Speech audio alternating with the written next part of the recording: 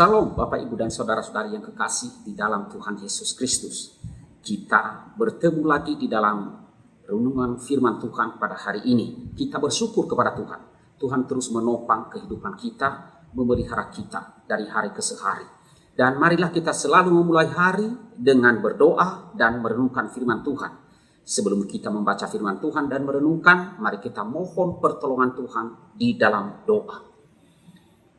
Bapa di surga, kami bersyukur kepadamu.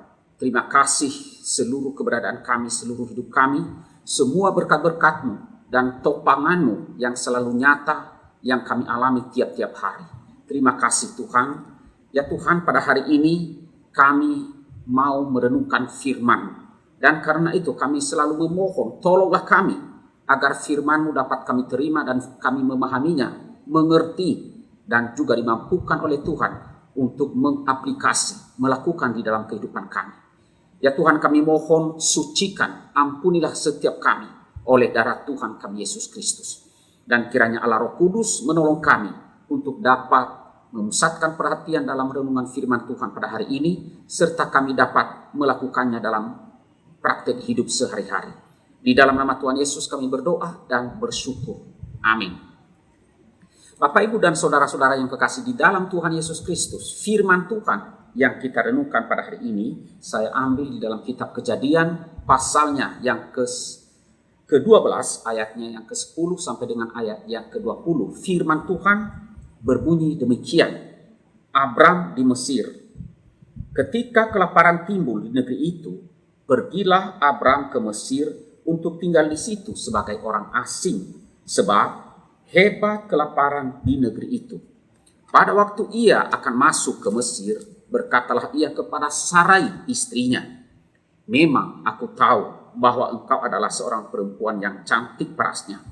Apabila orang Mesir melihat engkau, mereka akan berkata, itu istrinya.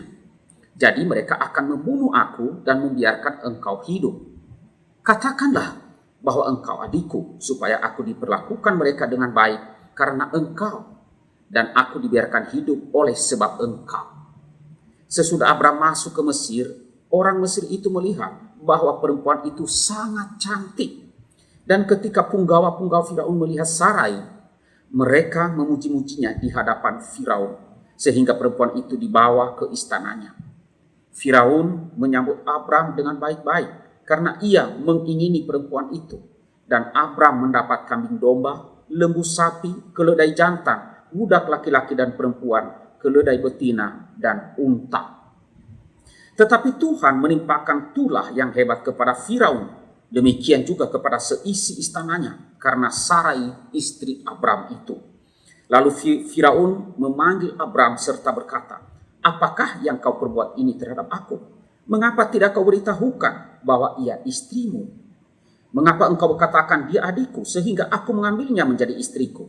Sekarang inilah istrimu, ambillah dan pergilah."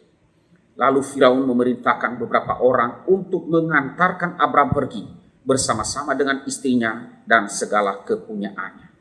Amin. Demikian firman Tuhan.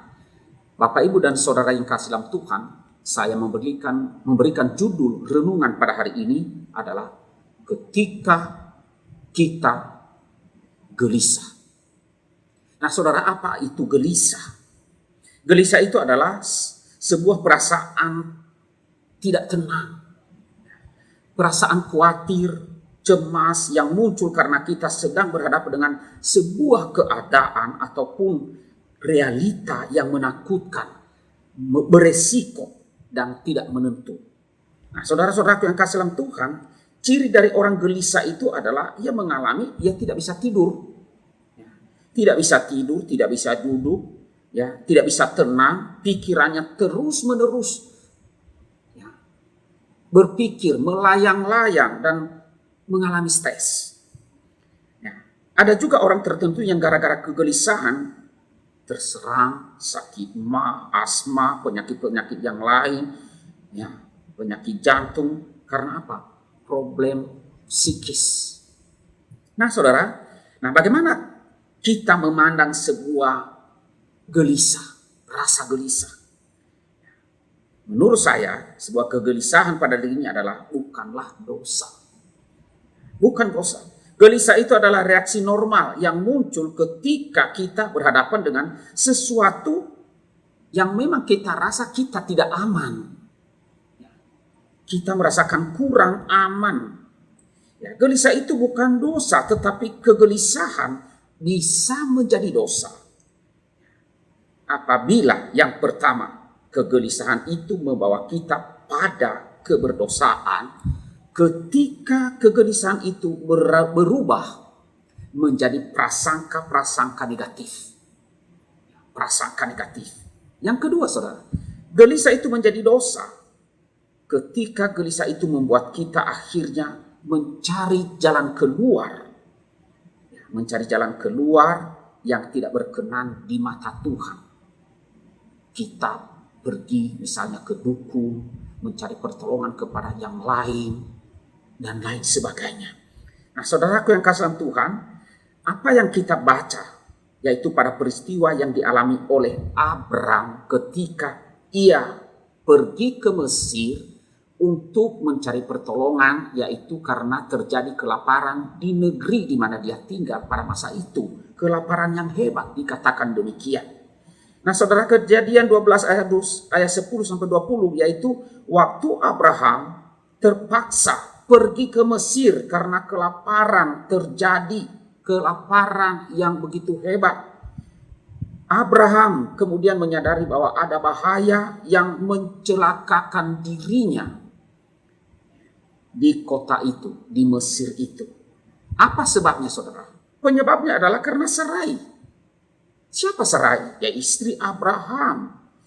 Sarai ini adalah seorang wanita yang sangat cantik. Demikian diceritakan oleh Alkitab.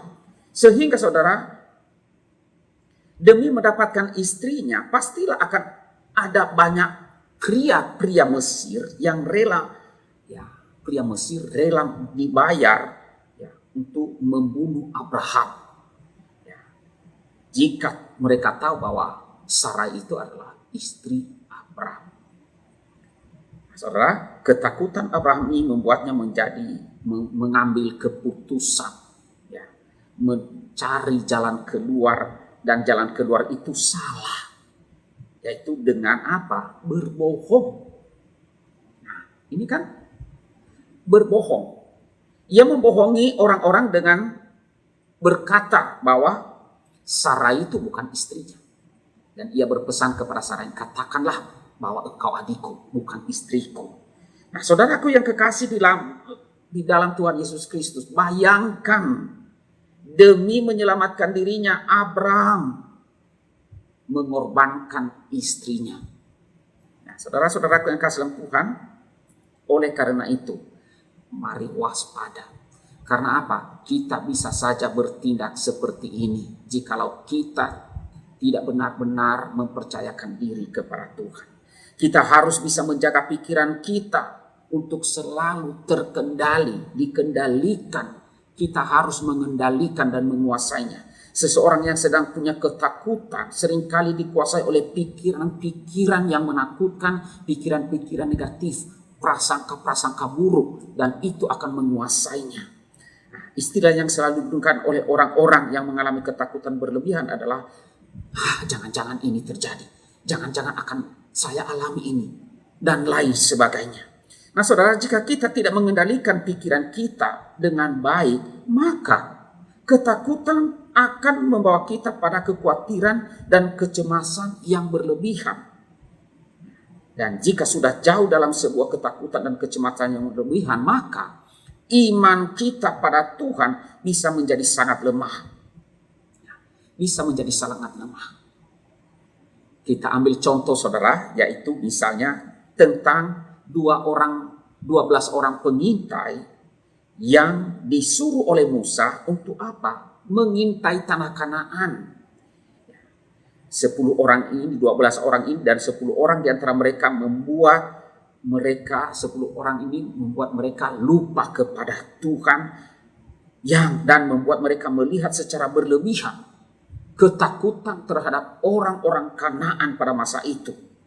Nah, oleh sebab itu, saudara, ketika kita menghadapi perasaan takut, gelisah, gentar, maka marilah lawan perasaan itu dengan sebuah keyakinan akan Tuhan. Yakin akan Tuhan. Yakin bahwa Tuhan sanggup menolong kita. Yakin bahwa Tuhan sanggup memberikan jalan keluar. Saudara, contoh sekali lagi para pengintai ini. Ketika 10 pengintai itu berhasil mempengaruhi seluruh umat Israel. Sehingga akhirnya saudara, umat Israel itu bersungut-sungut kepada Musa. Dan mereka berteriak. Mereka minta pulang kembali ke Mesir. Bagi mereka lebih baik menjadi budak di Mesir daripada masuk ke tanah Kanaan lalu menjadi korban di sana, terjadi mereka dibunuh. Tetapi saudara, di antara para pengintai itu ada 2 orang yang tidak kompromi, yaitu Yosua dan Kaleb. Mereka tidak ikut-ikutan dengan 10 pengintai yang lain. Malah mereka 2 orang ini, Yosua dan Kaleb, menegaskan bahwa jika Tuhan berkenan kepada kita, maka Ia akan membawa kita masuk ke negeri itu dan akan memberikannya kepada kita. Suatu negeri yang berlimpah-limpah susu dan madunya. Hanya janganlah memberontak kepada Tuhan dan janganlah takut kepada bangsa negeri itu, sebab mereka akan kita telan habis.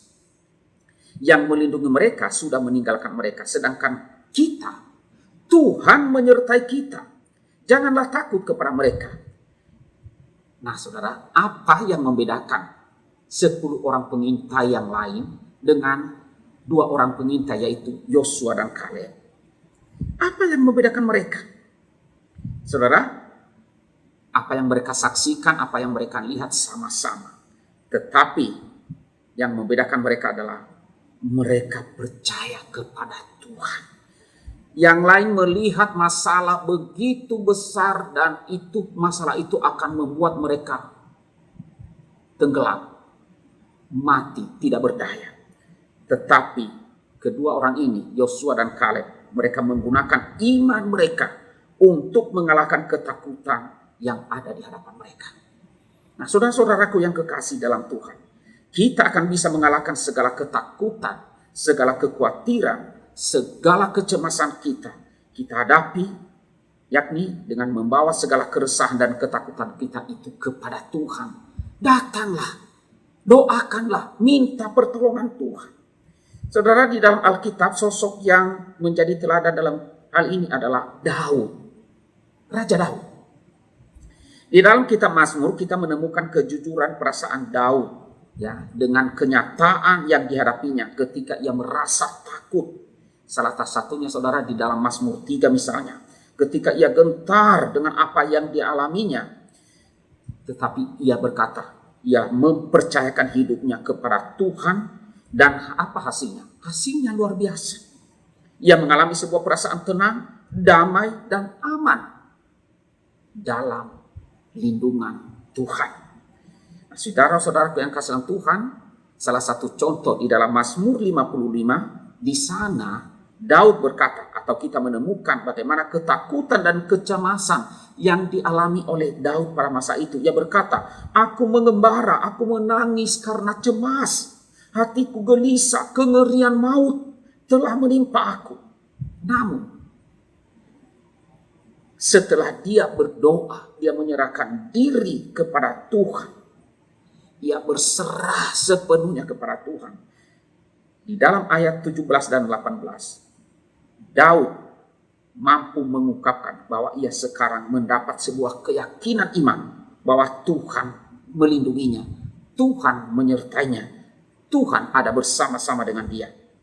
Nah, saudaraku yang kasih Tuhan, Daud berkata, aku berseru kepada Tuhan dan Allahku, dan Tuhanku menyelamatkan aku.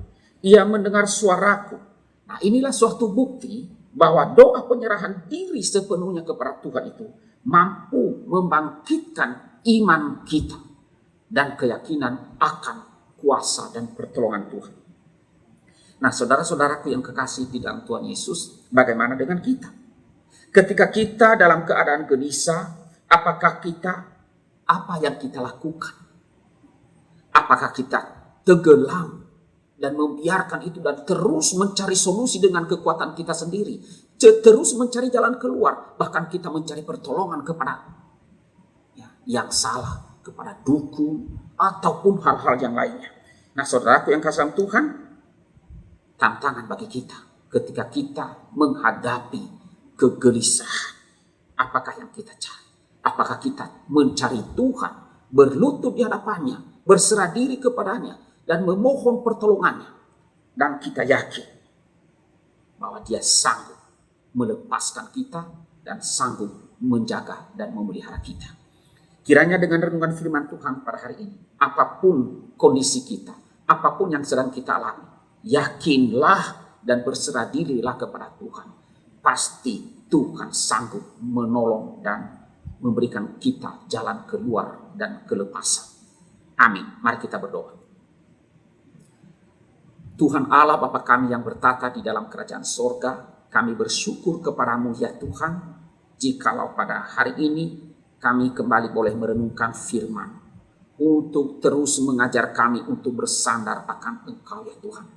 Di dalam dunia ini penuh dengan ketakutan, ada saja yang membuat kami khawatir, gelisah, takut dan lain sebagainya.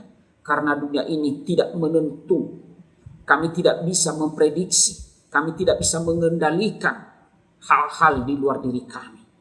Oleh karena itu Tuhan, kami bersyukur untuk firman-Mu yang Engkau berikan kepada kami. Satu-satunya kekuatan kami adalah hanya kepadamu saja.